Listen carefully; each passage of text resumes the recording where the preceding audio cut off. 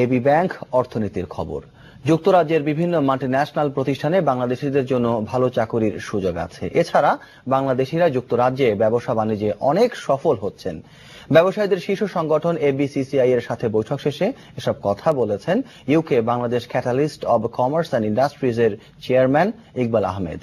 তিনি বলেন, বাংলাদেশ থেকে যারা যুক্তরাজ্যে পড়তে যান তাদের বেশিরভাগই মাল্টিন্যাশনাল কোম্পানিতে চাকরি করছেন। তবে বাংলাদেশের অর্থনীতি বর্তমানে যে অবস্থা দাঁড়িয়েছে তাতে অনেক বিদেশি এখন এদেশে চাকুরি নিয়ে আসতে চায় বলেও জানান তিনি।